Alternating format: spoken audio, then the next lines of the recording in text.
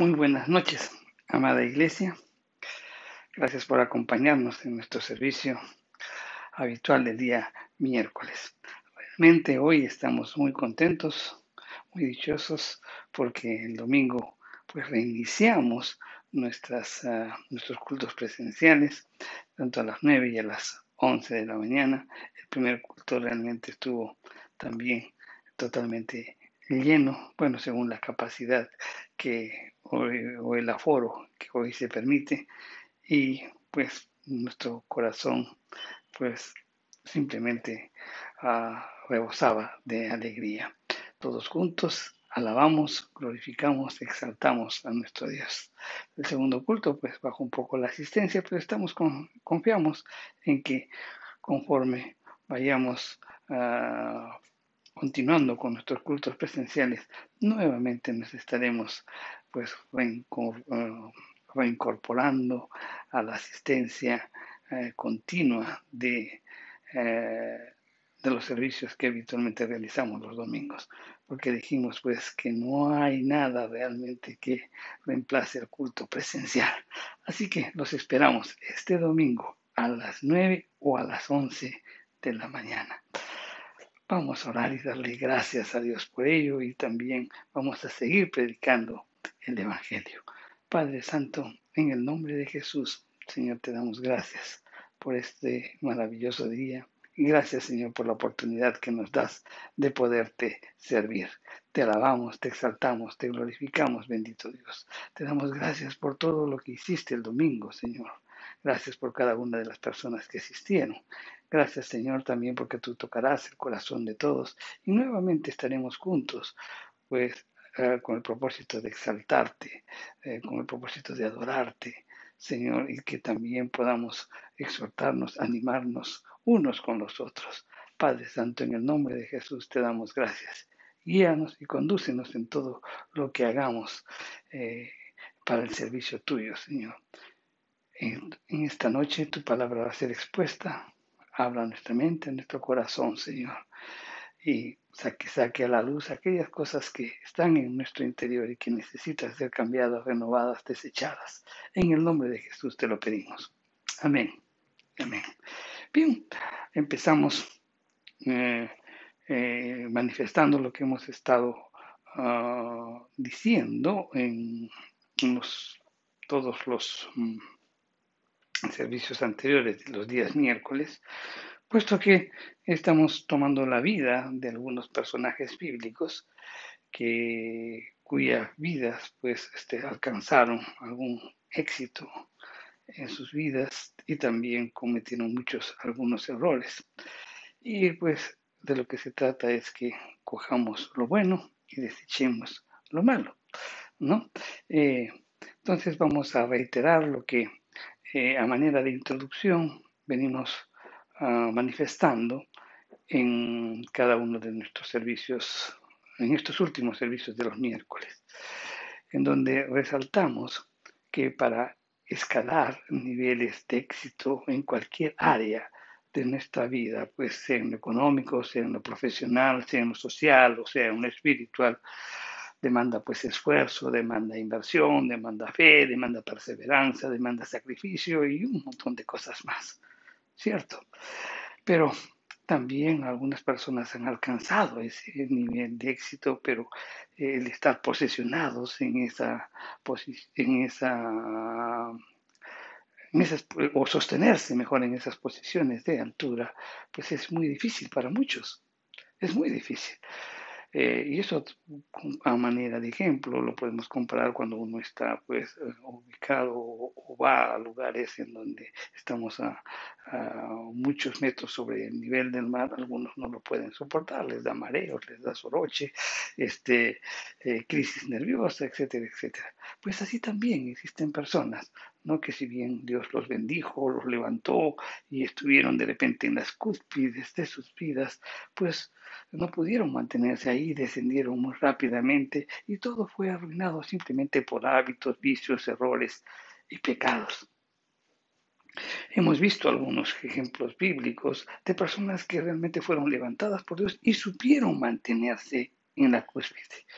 ¿no? Hemos visto el caso de José, por ejemplo, de Job, de Josué, de Josafat, de Josías y de Daniel. Pero también hemos visto otros casos, ¿no?, donde lamentablemente no pudieron mantenerse en la cumbre y descendieron rápidamente por diferentes motivos. Por ejemplo, el caso del rey Saúl, Salomón, el rey Asa, el rey Usías, y también hemos visto de uno de los principales jueces, ¿no?, de Israel, como es el caso de Sansón. El propósito de estos mensajes es dar pinceladas pues acerca de la vida de estos personajes y nos detenemos a observar y a meditar sus experiencias, sus errores, los tratos que Dios tuvo con cada uno de ellos, las cualidades y las virtudes que les permitieron pues también alcanzar los niveles de éxito, pero también pues observamos y meditamos los errores, los hábitos y los pecados que los arruinaron. Hay varios personajes en el Antiguo Testamento que fueron realmente verdaderos alpinistas, supieron escalar posiciones, supieron escalar en sus vidas espirituales, ¿no? En donde, si bien es cierto, algunos cometieron errores o pecados que no fueron grotescos o de inmoralidad, pero experimentaron en alguna medida pues el dolor, la frustración, la vergüenza y el vacío y la nostalgia también de haber dejado la cumbre de la bendición. Y justamente pues casi en todos los casos coincide pues por un momento de temor, de duda, de desobediencia o de desatinos espirituales. Estos últimos miércoles hemos estado pues ocupando de personajes quienes, habiendo perdido el equilibrio o sufrieron de repente un traspiés, se deslizaron de la cumbre y tuvieron que buscar con angustia y afán el camino de regreso nuevamente hacia la cumbre, obviamente con esfuerzo y sacrificio, pero sobre todo apoyados pues en el bastón de la gracia y de la misericordia divina, que no dejará pues desamparado al justo. En el Salmo 37:4 dice: cuando el hombre cayere, no quedará postrado, porque Jehová sostiene su mano. Hemos visto pues el caso de Abraham, de Moisés, de Noemí, de David. Y hoy vamos a ver el caso de uno de los principales reyes del Antiguo Testamento. Y vamos a hablar del rey Ezequías. Vamos a hablar y vamos a exponer su caso y vamos a ver algunas cualidades de este maravilloso personaje cuyas enseñanzas debemos aprender. Este rey fue el segundo de los 8 reyes buenos de Judá y fue el hombre más rico después de Salomón. Su reinado fue de 29 años. Su reinado estuvo comprendido en el año 716 a.C. al 687 a.C. Este hombre no subió uno, ni tampoco 2 peldaños, sino él subió toda una escalera completa para llegar a la cumbre. Vamos a resaltar los peldaños más sobresalientes que este hombre experimentó. En primer lugar, podemos hablar. Miren, la vida de Ezequías están comprendidos entre los capítulos 29, 30, 31 y 32 de Segunda de Crónicas. Voy a estar mencionando solamente los versículos. Primero voy a mencionar el capítulo que estamos tratando y algunos versículos, consecuentemente, para ir avanzando y no mareando en cuanto a mencionar los versículos. Vamos a hablar sobre, vamos a ir avanzando sobre las características de este personaje y vamos a empezar con el capítulo 29 de Segunda de Crónicas. capítulo 29. En el verso 2 dice, e hizo lo recto ante los ojos de Jehová, conforme a todas las cosas que había hecho David, su padre. Entonces, la primera característica que vemos de este hombre que comienza a ascender hacia la cumbre es la rectitud. Un hombre recto, un hombre correcto, un hombre que hacía lo bueno. Segundo lugar, en el verso 3 de este capítulo 29, dice que él buscó restauración y comunión con Dios. Vamos a leerlo en el verso 3. Y dice, en el primer año de su reinado, en el mes primero, abrió las puertas de la casa de Jehová y las reparó. Entonces, este hombre, pues podemos dar interpretación de este versículo 3, que él busca a Dios, pero también buscaba restauración, quería volver a tener esa comunión con el Señor, porque restauró la casa de Jehová, ¿no? Otro aspecto también de este rey es que restableció las funciones sacerdotales. En los versos 4 y 5 de este capítulo 29 dice, e hizo venir los sacerdotes y levitas y los reunió en la plaza oriental y les dijo, oídme, levitas, santificaos ahora y santificad la casa de Jehová, el Dios de vuestros padres, y sacad del santuario la inmundicia.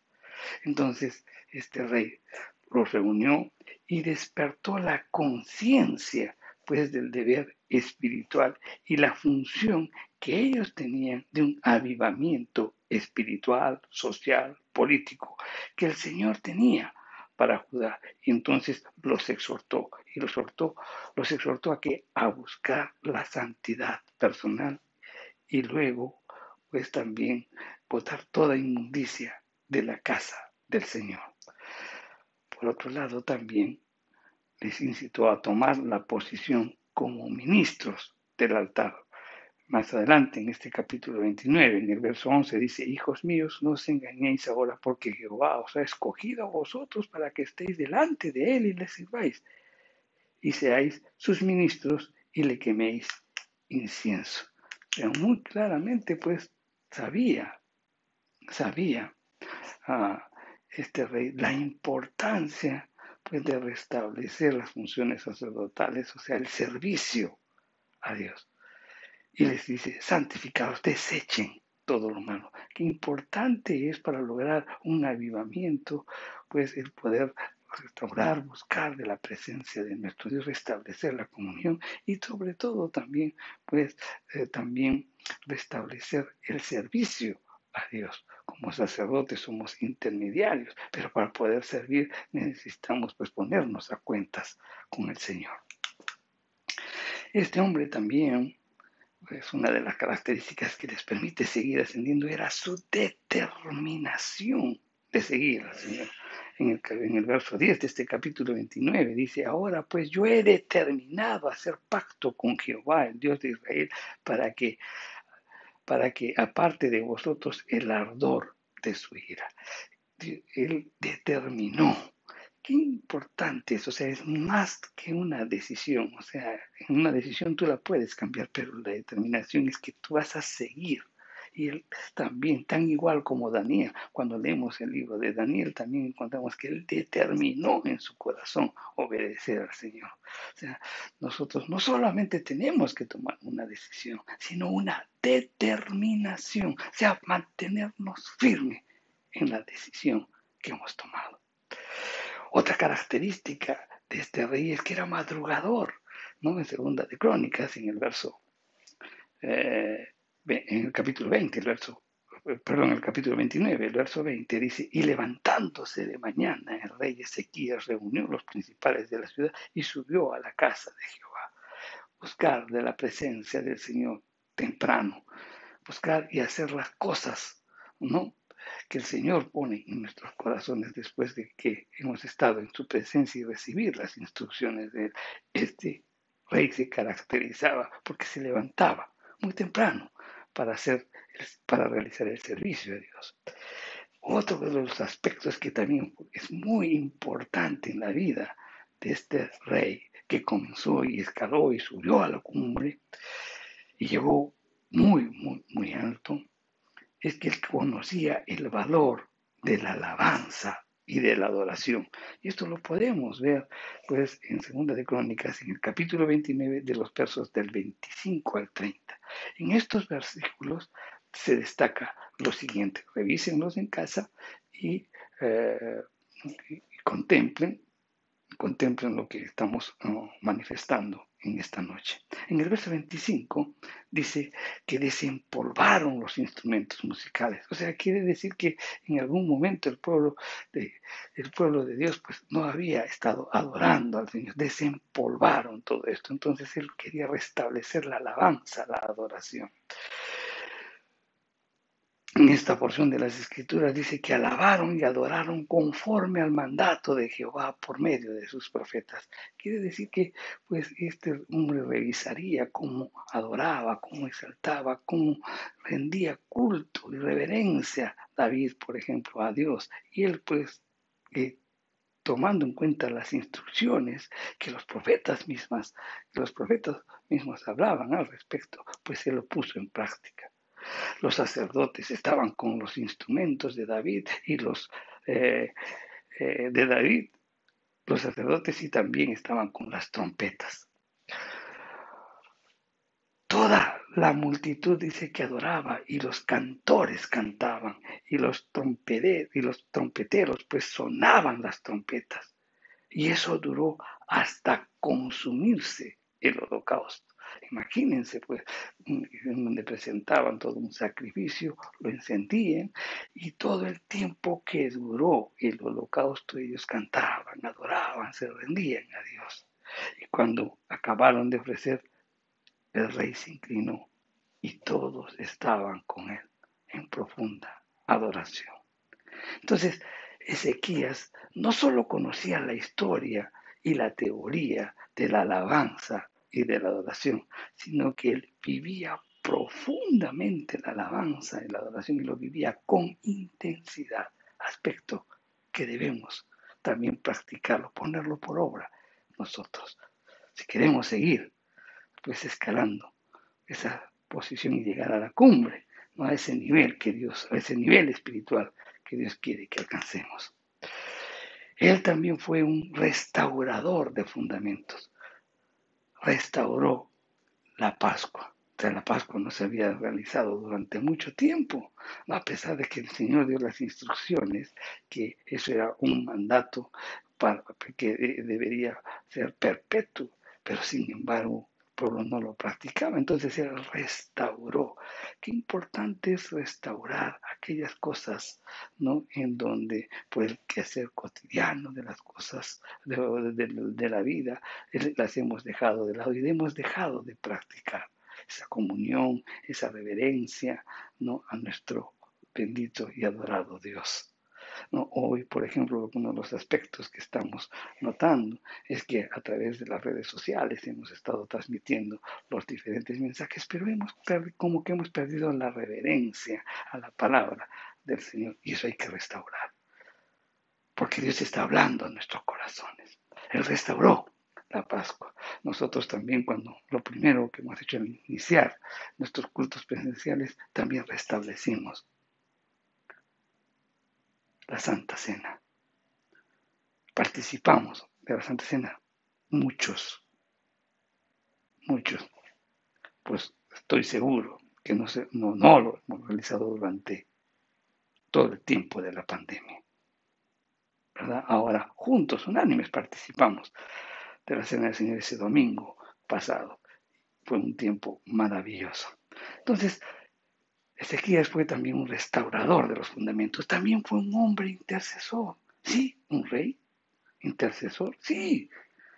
No hay muchos, pero al menos los hay.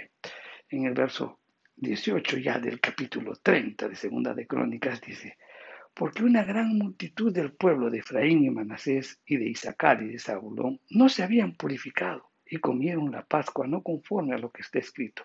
Mas Ezequías oró por ellos, diciendo: Jehová, que es bueno, sea propicio a todo aquel que, que, que ha preparado su corazón para buscar a Dios. Sea propicio para todo aquel que ha preparado su corazón para buscar a Dios. O sea, de un hombre intercesor. Qué bueno es encontrar hombres y mujeres que aunque no sean sacerdotes en el sentido ministerial, pero sin embargo tienen un corazón y un espíritu intercesor. Damos gracias porque en la iglesia hay muchos hombres y mujeres que realmente se levantan temprano y también tienen ese espíritu intercesor. Y esa es una de las características pues, para seguir escalando posiciones espirituales. También este hombre, este rey, fue sembrador del reino. Sí, ya en el capítulo 31, en el verso 3 dice, de Segunda de Crónicas, dice, el rey contribuyó de su propia hacienda para los holocaustos a mañana y tarde, y para los holocaustos de los días de reposo, nuevas lunas y fiestas solemnes, como está escrito en la ley de Jehová. Entonces quiere decir que pues, en algún momento de repente faltarían todos todo lo que se necesitaba para los holocaustos, o sea, entonces él ofrendaba, ¿no? De todos sus bienes, de todos sus ganados, para poder presentar los sacrificios a Dios, o sea, él de sus recursos daba para que se ofrezcan holocaustos al Señor en favor del pueblo. Entonces este hombre era un líder sembrador y por tanto también era un líder cosechador. Qué importante es esto, ¿no? Impactar con el ejemplo. Él ofrendaba al Señor de lo suyo. También este hombre era generoso y justo. En el verso 4 ya del capítulo 31 de Segunda de Crónicas dice, mandó también al pueblo que habitaba en Jerusalén que diese la porción a los sacerdotes y levitas para que ellos se dedicasen a la ley de Jehová. La aplicación práctica pues de este versículo está destinado para aquellas personas que de repente están trabajando al ministerio del Señor a tiempo completo. Entonces, Ezequías dio las instrucciones para que se les dé la porción correspondiente a los sacerdotes. Es como si Ezequías pues conociera el consejo del apóstol Pablo, en donde decía, no pongas bozal al rey que trilla. Lamentablemente pues a veces pues no, las contribuciones que se le dan dentro de la iglesia no alcanzan para cubrir las necesidades de quien está a cargo de la congregación y por tanto pues tiene que estar dedicándose a otras cosas y no a la preparación de los mensajes y transmitir pues al pueblo el evangelio, ¿no? Dar a conocer pastos verdes y delicados que el pueblo está ansioso de recibir. ¿Por qué? Porque están tratando de conseguir los recursos para poder subsistir. Por eso es que el apóstol Pablo decía, no pongas bozal al buey que trilla. O sea, no contribuyamos a que no se siga expandiendo el reino a aquellas personas a quien Dios levantó. Como resultado de esta actitud, pues hubo una abundancia total y también libertad para hacer la obra. Otra característica de este rey era pues integridad de conducta. En el capítulo 31 ya de Segunda de Crónicas, el verso 20 dice, de esta manera hizo Ezequías en todo Judá y ejecutó lo bueno, lo recto y verdadero delante de Jehová, su Dios. Hombres íntegros que vivan las escrituras y esto es lo que hacía Ezequías, ¿no? Si queremos seguir escalando posiciones, si queremos llegar a la cumbre, pues seamos íntegros. O sea, cuando nos desintegramos, cuando poco a poco vamos admitiendo algunas cosas y nos dedicamos a otras cosas y dejamos de ser íntegros con un corazón recto delante del Señor. Ezequías también buscaba de Dios. En el verso 21 de este capítulo 31 de Segunda de Crónicas dice, y en todo cuanto aprendió en el servicio de la casa de Dios y de acuerdo con la ley, buscó a su Dios, lo hizo de todo corazón y fue prosperado. Buscar a Dios de todo corazón. Esa es la clave. No por obligación, no porque de repente sientas de que si no estás con el Señor algo te va a ir, no, te va a ir mal. No, simplemente buscar con la actitud correcta del corazón.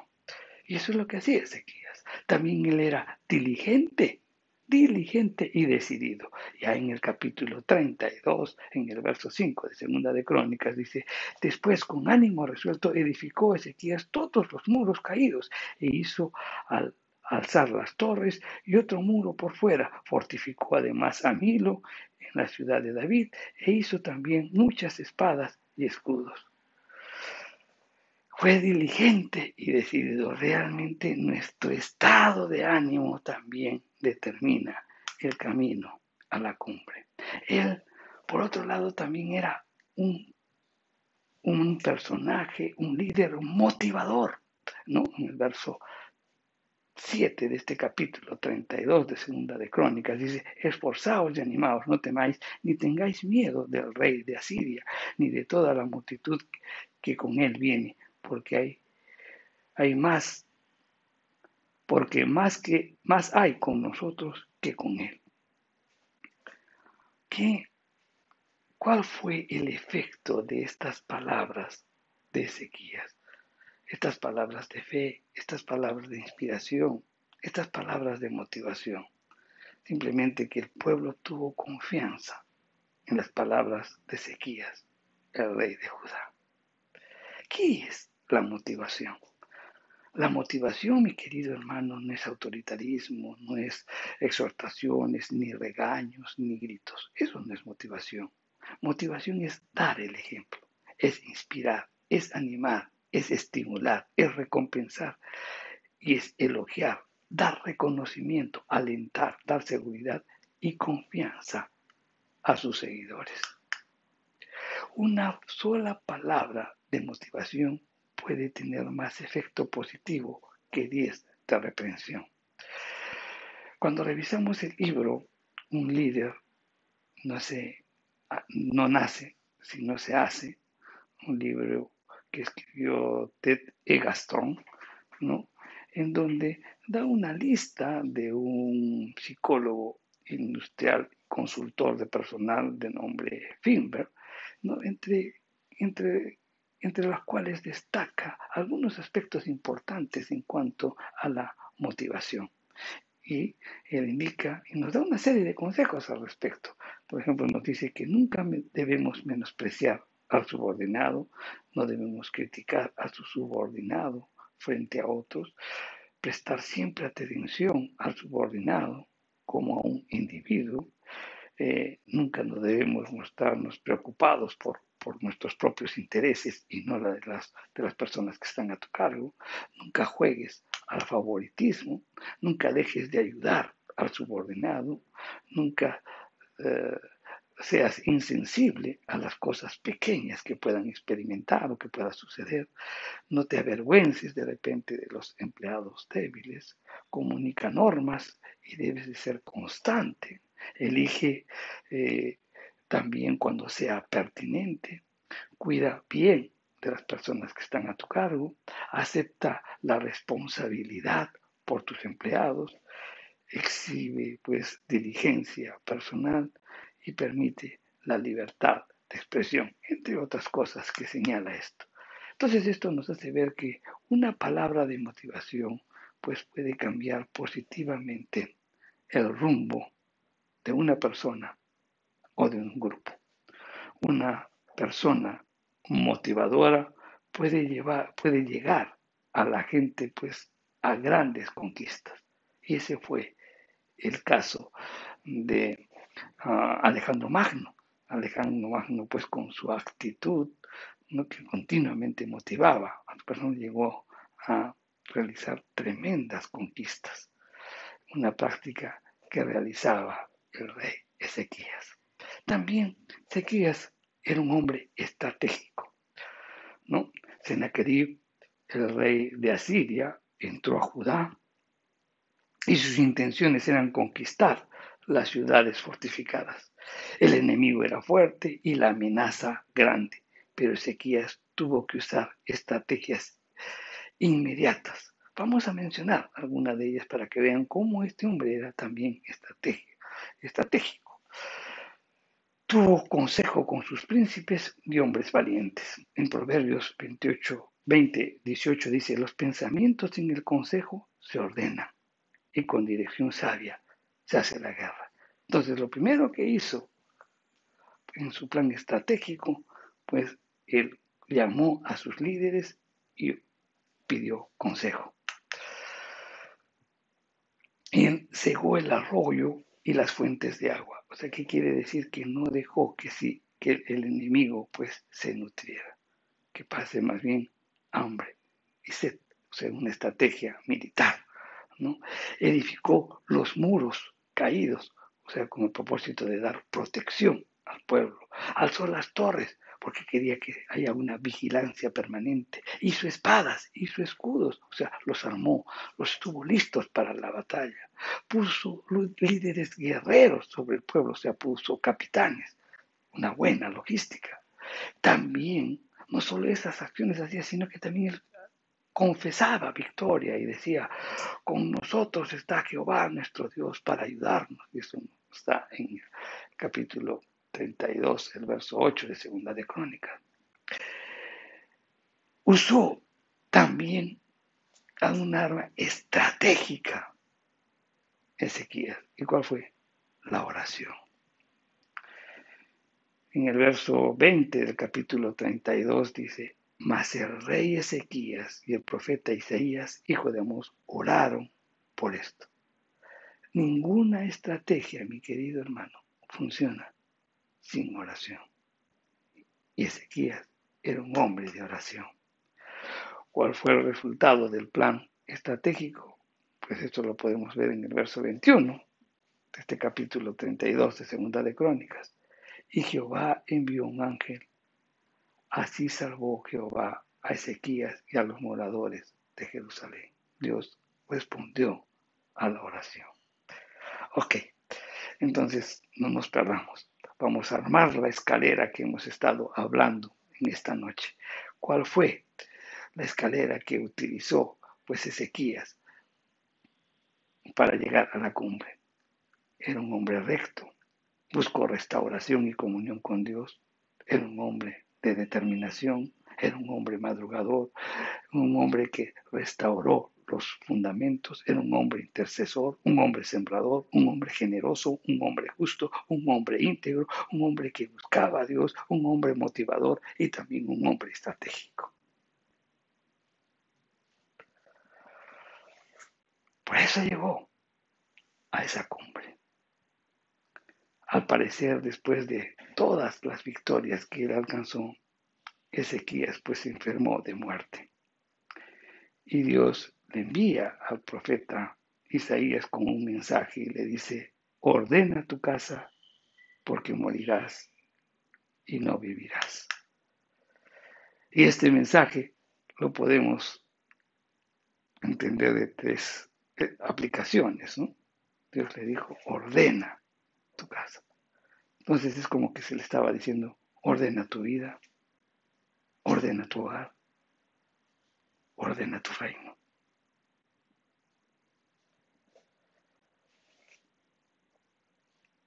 Ezequías, en vez de aceptar la voluntad de Dios, pues él oró con súplica, con ruego, con llanto y con oración. Y esa oración fue oída, ¿no? Y Dios le responde y le dice, yo he oído tu oración y he visto tus lágrimas, he aquí yo te sano y añadiré a tus días 15 años. Oh, y esos 15 años fueron los más difíciles para Ezequías. Siempre tenemos que tratar de mantenernos en la voluntad de Dios, aunque no lo podamos entender. ¿Qué pasó con Ezequías durante esos 15 años? Descendió el rey. Y dos pecados básicamente lo llevaron al descenso de la cumbre. Dos pecados cuya presencia al comienzo no es fácil de identificar. Vamos a leerlo, está en Segunda de Crónicas, en el capítulo 32, el verso 25, y dice: mas Ezequías no correspondió al bien que le había sido hecho, sino que se enalteció su corazón, y vino la ira contra él y contra Judá y Jerusalén. Entonces el primer pecado de Isaías fue la ingratitud. El diccionario define la ingratitud como desagradecido, olvido de los beneficios recibidos. Y eso fue lo que exactamente hizo Ezequías. Eso es lo que señala las Escrituras cuando dice: no correspondió al bien que le había sido hecho. Siempre debemos mostrar un corazón agradecido. David, él peleaba consigo mismo y por eso le decía y le hablaba a su alma y le decía: bendice alma mía Jehová y no te olvides ninguno de sus beneficios. En la carta de Hebreos se dice, ¿no? Así que recibiendo nosotros un reino inconmovible, tengamos gratitud y mediante ella sirvamos a Dios agradándole con temor y reverencia. Hebreos 12, 28. Siempre debemos ser agradecidos ante Dios por todo lo que hace por nosotros. Nos llamó, nos rescató, nos perdonó por pura gracia. Ni siquiera hubo un mérito personal de parte nuestra. Por eso debemos mostrar siempre agradecidos. Y cuando nosotros somos agradecidos, eso nos va a ayudar a no caer en deslealtad, en infidelidad o alejamiento. Ezequías cometió ese gran pecado, la ingratitud. El segundo pecado que cometió fue el enaltecimiento.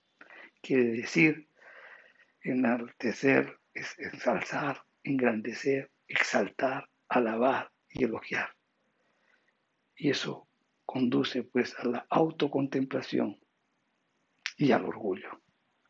Y ese fue el segundo pecado de Ezequías. Dice: se enalteció su corazón y vino la ira contra él. Antes de la disciplina está la soberbia y el orgullo. Perdón, antes de la caída.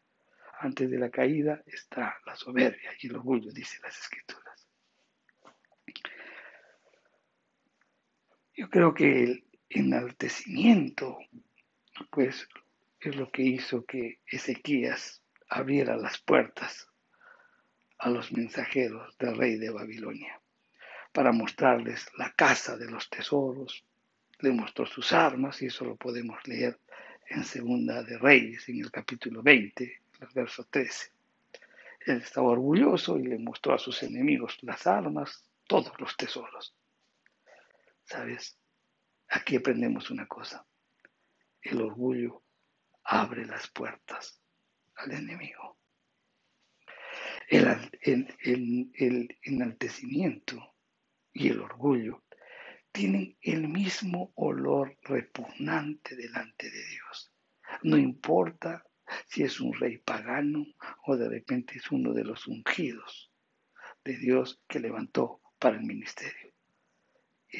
El orgullo emite un olor repugnante para Dios.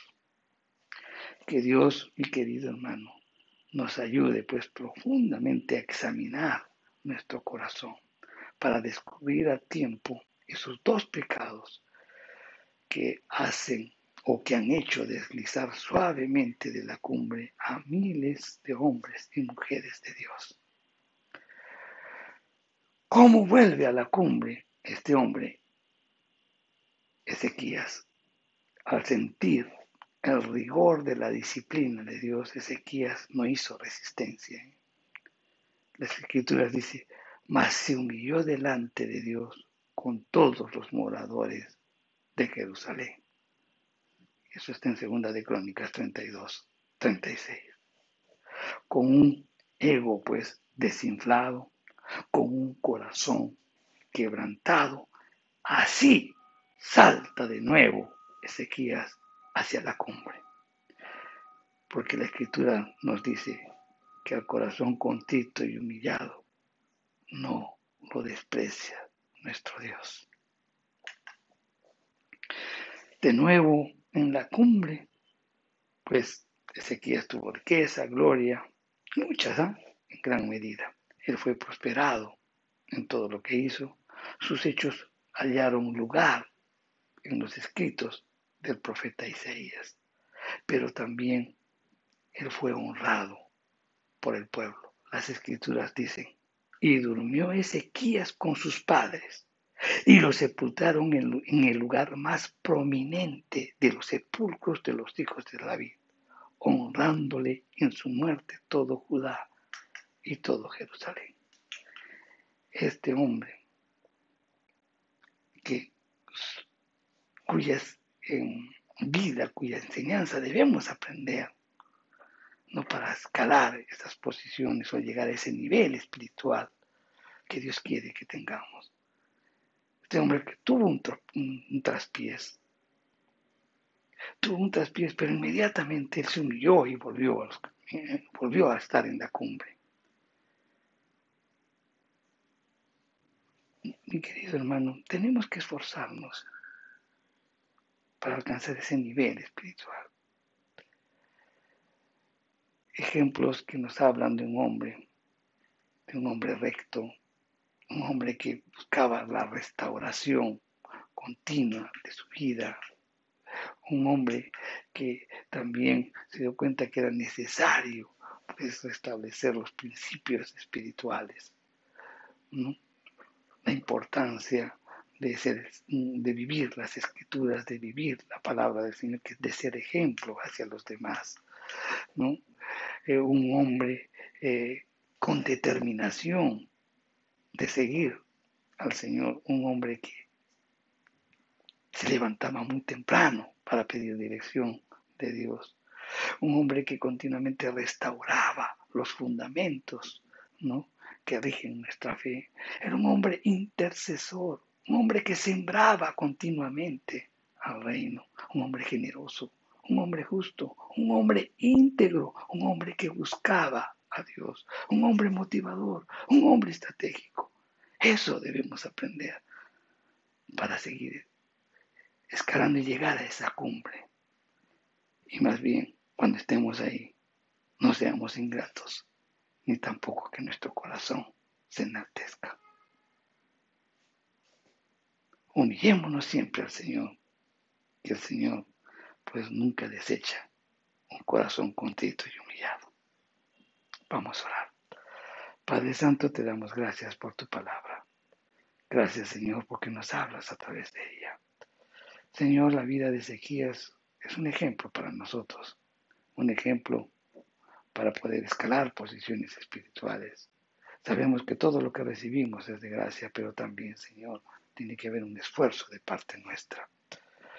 Señor, también oramos porque tu Santo Espíritu continuamente nos redarguya y que no caigamos en la ingratitud y la soberbia y el orgullo, Señor. Señor, que siempre podamos ser humildes, pidiendo siempre tu dirección y decirte cada mañana, heme aquí, Señor, ¿qué quieres que yo haga? Gracias, Padre Santo. Te alabamos, te bendecimos y te exaltamos.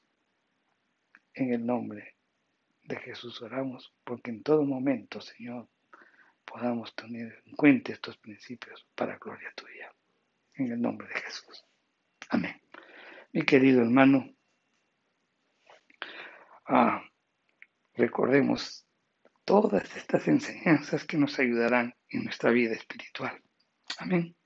Bien, por otro lado, pues recuerda, pasa la voz, ya reiniciamos nuestros cultos presenciales y los esperamos. Los esperamos nuevamente y no tengas temor, estamos conservando, estamos teniendo cuidado con los protocolos. Y además, también nuestra confianza está en nuestro poderoso Dios. Los esperamos este domingo, mi querido hermano. Que Dios los bendiga.